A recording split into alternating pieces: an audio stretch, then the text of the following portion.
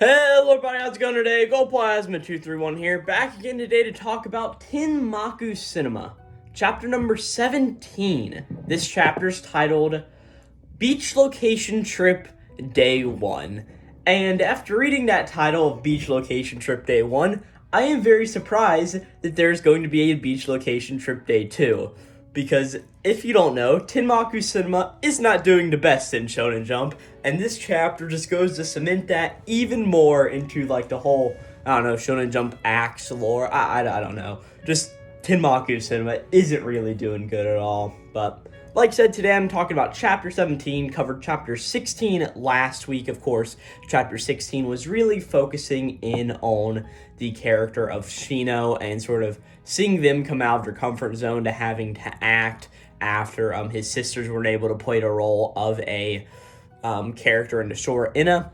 And we pretty much got a few scenes focusing on that. And at the end of the chapter, there was this sort of idea of Karai having to face her mother eventually, being that that's sort of like a dichotomy in between like the Nagisa in the short and the Karai in real life. And along with that, there was just a few other things finally saying that the beach location trip is finally starting this chapter when it got shouted out for like 2 chapters before that. But I don't know, that's really besides the whole point.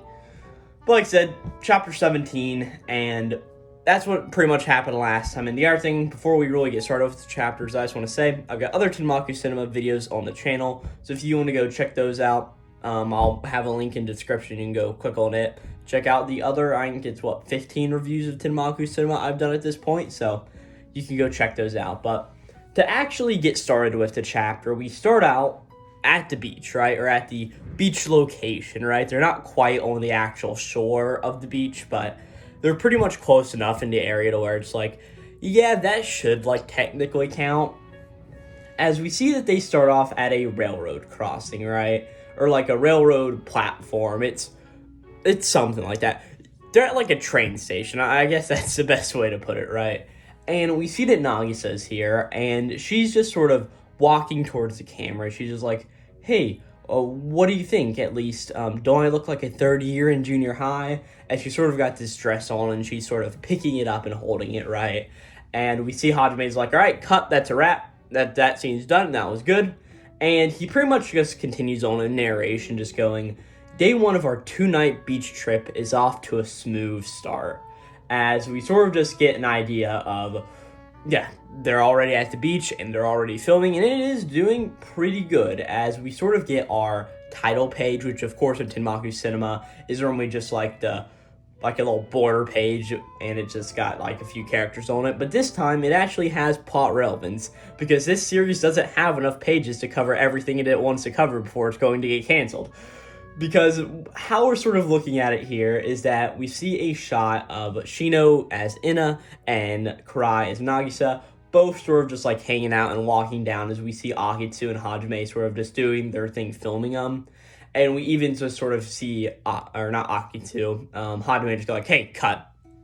And whenever we actually move on to like the next panels in the page, we actually see like, all right, that's a wrap, that's good. As we see Nagisa and Inna are here, and they're just completely sweating, just being drenched, because yeah, they're at the beach. And if we remember, this series takes place in 2023, and I don't know what Japan's temperatures are, but I'm sure that they aren't like great. They're like, they've got to be almost as hot as it is here in the States. So we see that they're just completely sweating, and they're like, oh my gosh, it's so hot, right? And we see that Hajime and the other 2 guys, Bito and Akitsu, are just like, all right, it's so hot. Oh my, good job. Are you guys all okay? Quickly, let's get you 2 in the shade. As we see that they all have like these handheld fan looking things, and they're sort of just like putting those over each other's face and just like cooling everybody off. And Nagisa does, or not Nagisa, Karai sort of has a moment where it's like, all right, Bito, Shino, you 2 need to put on some sunscreen. And as they're doing all of this, we see that Bito, who is playing Shimada, is sort of just standing over in like a corner, and he's flipping through like the script book of the shore, and he's having this big moment where he's like, well, let's see, where's my next line? And he's like, man, my brain feels so jumbled up by doing all of this. Like, actors are so impressive. And Hajime's like, yeah, they definitely are, but the way we are shooting this movie is actually a little weird, right? And he sort of talks about that, how ideally they would shoot everything in the same story order of the movie. So they'd shoot scene 1, right? Then scene 2, then scene 3, scene 4, scene 5, scene 6, scene 7, yada, yada, yada. Just keep on going through the scenes and filming all of them in order, right? But Hajime says, like, but in order to minimize moving from place to place, wardrobe changes and so on, we have to shoot the movie out of order. As we sort of just see that, like, all this going on as we see, like, all right, they're filming scene 7 first, right?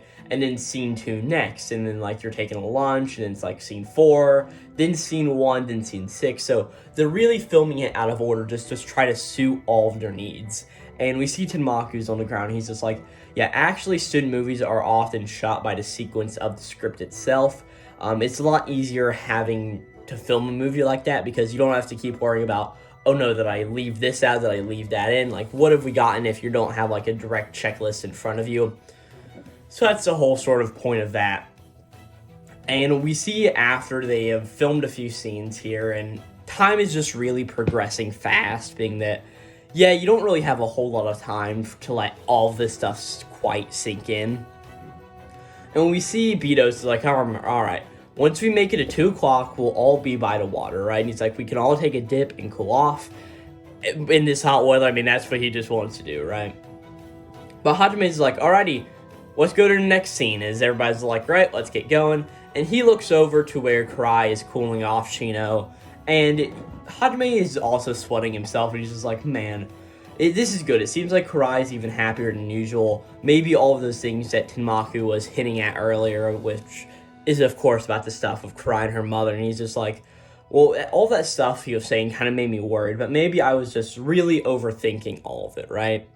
As we just do another major sort of time skip is it's like, all right, it's 2 o'clock now. They're by the ocean, right? And we see that Bito is really, really happy about this and tries to go and dive in. But Hajime ends up having to hold him back. He's like, hey, wait, don't just dive in. You can't be totally drenched all of a sudden. You get drenched in a few minutes, right? Just wait a minute or two. Just please wait for me, Bito, right?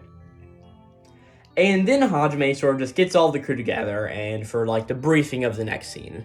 And he just says, all right, Nagisa will splash Bito, and then Nagisa calls your name, Shino.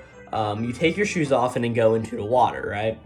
And that's all the direction he gives. And Akitsu points this out as he's just like, hey, Hajime, was that really it? I mean, you normally give way more detailed directions for these sort of things, and just sort of giving those few words, I mean, it's not as much as you normally give.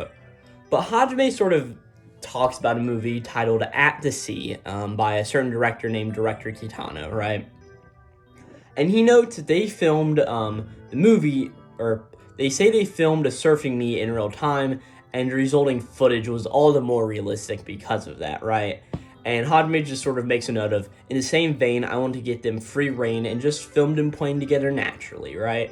Showing that that's what he's doing, as we sort of see all of this is progressing, as Nagisa is splashing Shimada, and Ina is behind Nagisa, right? So all of our characters are sort of just doing that thing, and at this point we just cut out from that scene as we sort of get the one panel of Nagisa sort of like laying in the water, sort of just like cooling off with like a tear running down her eye. We mainly saw this in chapter 6, if I'm not mistaken, before, but as everything just keeps going on, Hajime's like, all right, good. And he turns around and everybody's like, all right, day 1 is finished. Showing that, yeah, they went through an entire day in 8 pages. Like, I just can't say how much more all of this would be expanded on if this series just had time to run. I mean, I could see just, like, maybe some of the other stuff taking the same amount of chapters, but, like, this is just feeling rushed. I mean, last chapter, we would have had the entire sort of conflict with Ina and all his sisters and all that sort of stuff going on with Shino, and we just didn't get like a really whole chapter on that like we would have before, right? And it's the same thing as where this probably would have been chapter 18 then, with day 1 is finished, and it's just going through so fast where, like, of course there are plot points that want to get done, but they're not actually happening, right? But as we just cut on to the next page, we see that everybody's at their hotel. We get an oddly weird shot of Karai in the hot springs there. It's like, okay, that's good to know. I mean, we just skip over that, like, it really wasn't needed, but I guess Shun Saeki had to, like, draw all the stuff he's famous for drawing, so, I mean, I guess it makes sense. But as we cut over to what Hajime is and what Hajime is doing, we see that Hajime is actually editing today's footage. As we see that he's doing all of this, and then all of a sudden, Karai appears behind him, like, taps his back, trying to just get his attention, right? And she's holding a deck of playing cards, and the next scene we see is the entire gang all playing with playing cards, right? And really the one thing I just have to note is that at this point, Bito's hair is already just, like, I guess he just washed all of the dye out of it. I mean, I think they'd put, like, a better dye in it to not have to dye it every single day, because, yeah, at this point, it's not totally black anymore. It's like that weird white on top and, like, black on the sides. It's okay, and, like, just skipping through, like, the rest of the chapter, we see that he ends up dyeing his hair again the next day. So, like, could he not have just, like, left all that hair dye in to begin with? Like, it's just really weird and really funny to me. Just, like, I mean, I don't think it was that hard to put hair dye in, but just, like, come on, just leave it in for a night, right? It's a 2-day trip. You're going to wash it all out after that. Like, come on, what's going on here, right? But as we see everybody's playing cards, I mean, I don't really know what they're playing. Like, it looks like Nagisa has an ace in her hand, so is that good? Is that bad? Who knows, right? But as everything keeps going on, Hajime is getting ready to go to bed, and we see the sleeping arrangements that everybody's in. We see that Karai's in her own room. Makes sense. We see that Bito and Chino are in their own room together. That makes sense to me. And we see that Akitsu and Hajime are in the same room. Again, this makes sense to me, right? I mean, it all sort of clicks together, right? And we see that Hajime is just laying here in bed, and he's sort of looking at the script, and he's just looking at it, and he's just going over all of the plot points that's going on, and he sort of just goes through in his head. He's like, when Nagisa hears her mother sounding happy in Tokyo, Nagisa starts to run. When they get to the pedestrian bridge, Nagisa opens up the Shimada, and we sort of just see her going a little bit of dialogue, just going, when I was 4 years old, my mother, and we sort of just, like, get some small quotes, just, like, things just going on. It's like, why do you always act so terrified? How about smiling for a change? Am I that scary? Am I that terrible, right? That face of yours is just infuriating, right? And we see that Nagisa sort of finishes off by saying, like, when I was 4 years old, my mother said those things to me, right? And Hajime's was like, and then as all this goes on, the rain starts to fall, and Nagisa. But before he continue on with all of this, right, he's even got his phone still on and being like a flashlight for him. And he ends up dropping the script and just falling asleep, where he's just, like, going over the script here, right?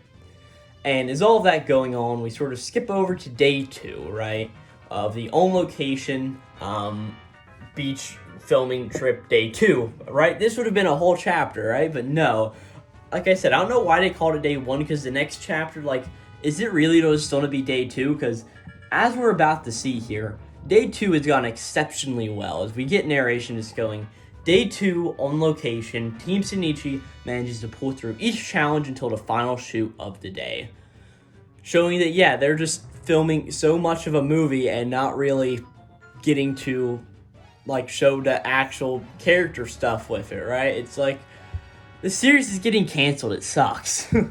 But as everything just keeps going on, we get to the final shoot of the day, where Hajime's like, alright, does everybody know their positions right now? And we see Bito in the background. He's like, yeah, as he's got his hair dyeing. Look at that, right? And we see Hajime's like, alright, good, I'll signal to start. And he's like, Karai, are you ready? As we see that Chino sort of, like, getting Karai already, getting like some hairspray in her hair and all that sort of thing, right? And Karai's like, yep, we're all ready to go. And Hajime's like, all right, the time has finally come, Karai, right? As they are sort of talking, and Hajime remembers back to, like, chapter 2, and he's like, the last scene we got so excited talking about in the audio-visual room is finally happening, right? As we see that the whole team's like, all right, let's do this, okay, let's get going, right? And Hajime, sort of as everything's happening, he looks at Karai, and he sort of notices that something is off about Karai, right? And he isn't really taking action, so Aksu's just like, hey, Hajime, should I start rolling? And he's just like, and Hajime's like, yeah, we can do that, right? And he's like, all right, here we go, roll cameras and action. As we see Nagisa take a big deep breath in, or Karai take a big deep breath in and activate Nagisa mode as the filming gets started, and we sort of just see shots of her, and we see that she is looking at the camera, slowly turns around, and then finally turns around again, and it's just like, hey, I can't say it. And she's like, I don't know how Nagisa feels. And the entire team is like, huh? What are you talking about? And Hajime's like, hey, Karai, what is the matter? What's going on here, right? And he's just like, hey, if you just do your lines naturally, like always. But she's just like, hey, I can't do it like always. As we sort of get a page where we see that she's sort of just been so broken down, and she's like, I don't actually get Nagisa, right? As all of this is going on, Hajime's sort of just like freaking out, like, okay, what are we going to do about this, right? As Tenmaku appears behind Hajime, I mean, it's funny, he hasn't showed up at all this chapter, just for like that brief like movie explanation thing. But he appears behind Hajime, puts a hand on his shoulders, like, hey, it's finally time to step up, director. And Hajime's like, hey, Tenmaku, how can you be so chill? What's going on now? But Tenmaku's like, hey, you guys will figure it out. And he's like, the director and actor must search together for that certain something beyond what the script imagines. In a sense, right now, the story of the shore is trying to become more than the script I wrote. And he sort of comes up, puts his hand on his chest, and looks at Hajime and says, hey, surpass me now, Director Shinichi, right? And that is where we end the chapter. Okay, so what's going on in this chapter? This series is not doing good in the Shonen Jump rankings, as I've alluded to multiple times. And because of that, a lot of plot points are just getting completely rushed. As I was talking about earlier, the stuff that happened last time with Shino, completely rushed. The first 8 pages of this chapter of the day 1 location scouting trip, completely rushed. The entire first half, or up into the final shoot of the day, all of those scenes of number 2, of day 2, completely rushed. And it seems like we're actually getting some character growth and development with this whole idea of the shore and Karai not able to speaking her lines like she wants to. But it may just have come too late, because at the time this conflict is going on, this series, again, isn't doing good. And just the whole idea of this series is about Hajime becoming a director, right? And we know that Tenmaku, in his own way, is a legendary director, right? And all of a sudden, having Tenmaku just saying, like, hey, surpass me, Director Shinichi, really just goes to show you that this series is really kicking into its overdrive, and it is time to get canceled mode, right? Because that is something you would say for, like, maybe the very last arc, or, like, getting close to it, like, it's time for you to surpass me and show me what you're truly made of, right? And that's just where we are with this, and it just really sucks, because while I don't think this was a great chapter through and through, I mean, it's enjoyable enough, but you can obviously tell that everything's just rushed, and it's not really as fun as some of those initial chapters, like the movies and music chapter, or number 15, or even 14 for that matter, which was all about, what's his face, what was that chapter? 14, that was about, the set dressing, right? All of those were a lot more enjoyable because they told one whole contained story in a chapter. Well, this tries to tell about 4 of them and just mashes them all together. It is what it is, because the series isn't doing too good, and while I wish it was doing better, Volume 1 sales are doing very poor. I mean, it is at the bottom of, like, the Shoseki rankings, and it's just not doing great. And it just really sucks, like I said, because I really do enjoy this series, and I hate to see it go, but hey, it's not over yet. I still have a little bit of faith that once we sort of finish up next chapter, which will probably be like the rest of this conflict here, and the shore will finish getting filmed, we may get a chapter on editing the movie, and then hopefully we'll actually see what the shore is about, because at this point, we sort of really need to see that, right? Because there's been a lot of telling in this series, like, all right, we're telling you this is happening, we're telling you this is happening, right? And you've heard about these short plot details, right? We know who's playing who's playing this, and some minor details, but we don't actually know everything about the shore, and whenever we finally see that as a completed movie, it'll probably be a lot more enjoyable to most people whenever we see what this entire series has been building to, right? What the effort and blood, sweat, and tears of all these characters, what it brings to finally. But with that, I really don't have too much more to say about this chapter. We'll see next time in chapter 18 if Hajime can surpass the good old Takehiko Tenmaku, the great director, right? And with that, I really don't have too much else to say. If you did enjoy this video and my thoughts on this chapter, hopefully you'll mind liking, subscribing, doing all of that good stuff. Leave a comment down below if you think I got something incredibly wrong, or if you do hope Tenmaku Cinema will survive some more chapters, right? But with that, I really don't have too much else to say. I'll be back next time to talk about Tenmaku Cinema, chapter number 18. This will be Glowplasma231, out.